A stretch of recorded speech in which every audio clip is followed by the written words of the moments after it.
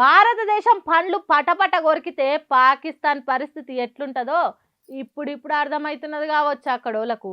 వద్దురా వద్దురా ఉగ్రవాదులను చేరదీయకుండ్రా అని ప్రపంచ దేశాలన్నీ చిల్కకు చెప్పినట్టు చెప్పినాయి.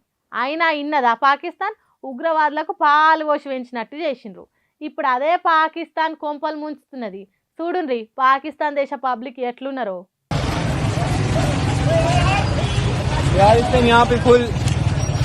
सुबह हादसात में आवाम जख्मी हुई है, ब्लास्ट हुआ है। अल्लाहु अकबर। చూడుండ్రి ఎట్లున్నదో పాకిస్తాన్ దేశపోల పరిస్థితి. పానాలు అరిచేట్ల పెట్టుకొని బిక్కు బిక్కుమని బతికేటట్టు అయింది.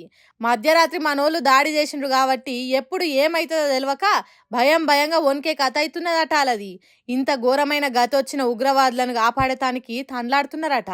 దావుఖాన్లకు వాళ్ళని తీసుకొచ్చి పానాలు పోకుండా చూస్తున్నారట.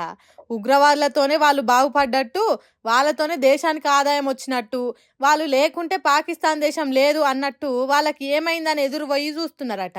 ఆక్రమిత కాశ్మీర్లున్న బహవల్పూర్ అనే దావుఖానల జనాల ఉరుకులు పరుగులేనట.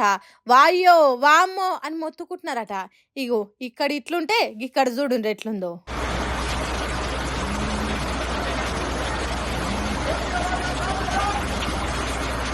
అన్ని ఎమర్జెన్సీ బండ్లే ఉన్నాయి. ఎప్పుడు మన సైన్యం బాంబు వేస్తుందో ఎక్కడ వేస్తుందో అని చుచ్చు పోసుకున్నట్టు భయపడుకుంటానే ఈ బందోబస్తును తయారు చేసుకుంటున్నారట. మరి ఇంత పెద్ద ఏర్పాట్లు ఆ దేశ పబ్లిక్ ను కాపాడుకునే తానికో లేకుంటే ఉగ్రవాదులకు ఏమన్నా అయితే వాళ్ళను కంటికి రెప్పతిరిగి కాపాడుకునే తానికో తెలియదు కానీ భారతదేశం దెబ్బ కొడితే నిద్రలో కూడా కలవరిస్తున్నట్టు అవుతున్నదట పాకిస్తాన్ కు.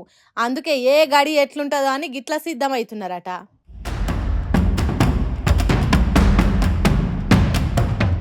ఒకవేళ యుద్ధమే వచ్చేది ఉంటే ఎక్కడ బాంబు పడి వేలేదు తెలియదు కాబట్టి పిల్లలకు సెలవులు ఇచ్చిండ్రట.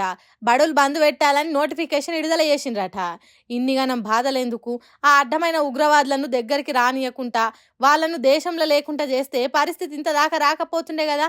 ఎంత దీనమాయ పాకిస్తాన్ అని అనుకుంటున్నారట ఆ దేశ ఉగ్రవాద ముచ్చట్లు తెలిసిన కడమ దేశ పబ్లిక్.